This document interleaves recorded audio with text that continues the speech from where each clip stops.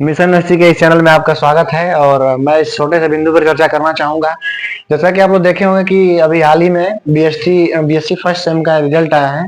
इसमें बहुत सारी समस्याएं आ गई हैं। बहुत बच्चे परेशान हैं।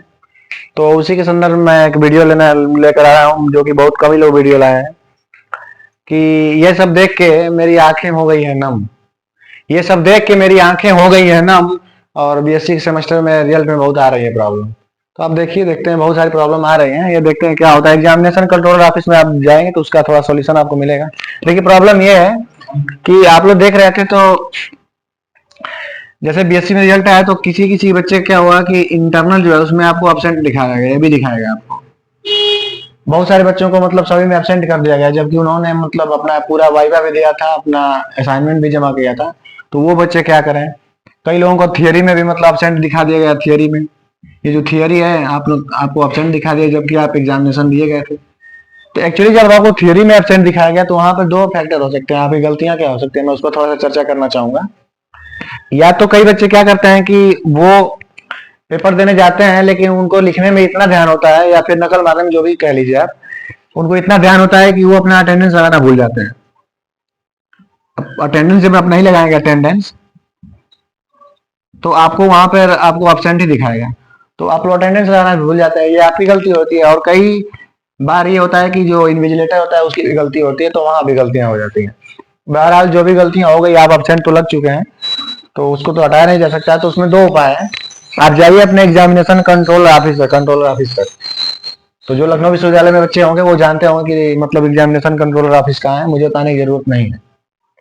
वो जाएंगे अपने एग्जामिनेशन कंट्रोलर ऑफिस के पास, एप्लीकेशन में लिखेंगे। एप्लीकेशन में लिख के आप मतलब अपनी समस्याओं को बताएंगे कि हमें क्या दिक्कत है, थ्योरी में हम मतलब एब्सेंट हो गए हैं। तो वहां पर आपको हो सकता है कि काफी रीचेक कराया जाए, या फिर आप जो भी अपने सुसंगत मतलब विभागाध्यक्ष हैं आपके, यानी एचओडी हैं, उनसे मिल करके आपको सही करा दिया जाएगा। अगर नहीं सही होगा तो आपको फिर से ये थियरी में आपको पेपर देना पड़ेगा, री एग्जाम कराना पड़ेगा।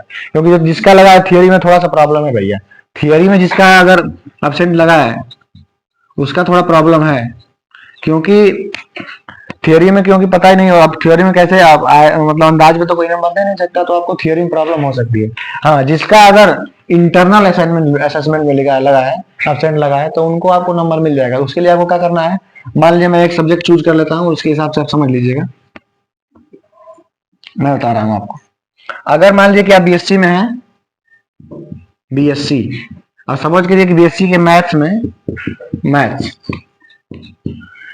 चलिए मैथ्स में भी हम बात करते हैं डिफरेंशियल एनडीसी, डिफरेंशियल कैलकुलस। तो डिफरेंशियल कैलकुलस में मान लीजिए कि अगर आपको मतलब आपका एब्सेंट दिखा रहा है किसमें, इंटरनल में। मान लीजिए इंटरनल में आपका मतलब एब्सेंट ऐसा दिखा रहा होगा। अगर एब्सेंट ऐसा दिखा रहा है तो आप जाइए, जो भी सर आपको पढ़ाते थे वहां जाइए, उनसे बोलिए कि सर मेरा एब्सेंट दिखा रहा है। वो सर आपको लिख के दे देंगे कि मतलब जितना भी नंबर 20 या जितना भी उनको नंबर देना होगा, 20-21, वो आपको देंगे। और आप ले जाके सबमिट कर दीजिए वहां पे एग्जामिनेशन कंट्रोल ऑफिस में, या फिर जहां भी वो कहते हैं। तो वो आपका सही हो जाएगा, 2-3 घंटे में, 4 घंटे में अपडेट कर दिया जाएगा।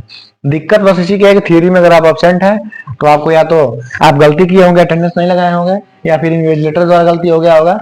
अब जो भी गलती हुआ हो, तो आप यही आपके पास ऑप्शन है कि आप जाइए, या तो अपने एचओडी के पास जाइए, या तो एचओडी मतलब हेड ऑफ डिपार्टमेंट, या तो फिर आप जा सकते हैं कंट्रोलर ऑफिस, और या तो आप फिर से अपना री एग्जाम करा सकते हैं। हाँ, दूसरी बात, आप चाहेंगे तो अपनी कॉपी को रीचेक भी करा सकते हैं। मैं इसका प्रोसेस भी थोड़ा सा बता देता हूँ। अगर आपको डिटेल में जानना होगा तो आप इसके बारे में बताइएगा, कमेंट करिएगा, मैं इसके बारे में बता दूंगा।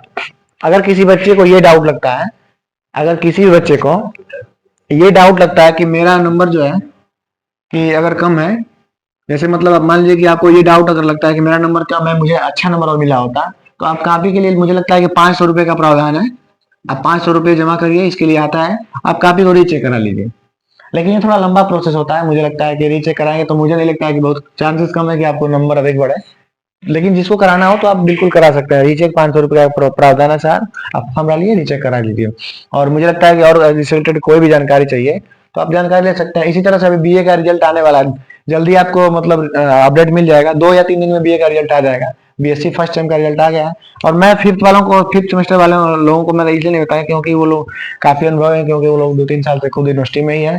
तो भैया लोग जानते होंगे, लेकिन मैं इसलिए इन लोगों को बता दिया क्योंकि जो फर्स्ट सेम वाले हैं उनको ज्यादा प्रॉब्लम हो रही है। तो मैं हमारे जो फर्स्ट सेम वाले भाई हैं बिल्कुल इस बात को ध्यान दें। आप जाइए एप्लीकेशन लिखिए, आपका सही हो जाएगा। थियरी में होगा तो दिक्कत होगी, मैं ये बात बता रहा हूँ आपको। थियरी में होगा तो आप दो ही काम कर सकते हैं, या तो आपको दोबारा एग्जाम देना पड़े, या तो हो सकता है सर के पास जाइए, हो सकता है वो सही करें तो बहुत बहुत अच्छी बात है। बहुत बहुत धन्यवाद।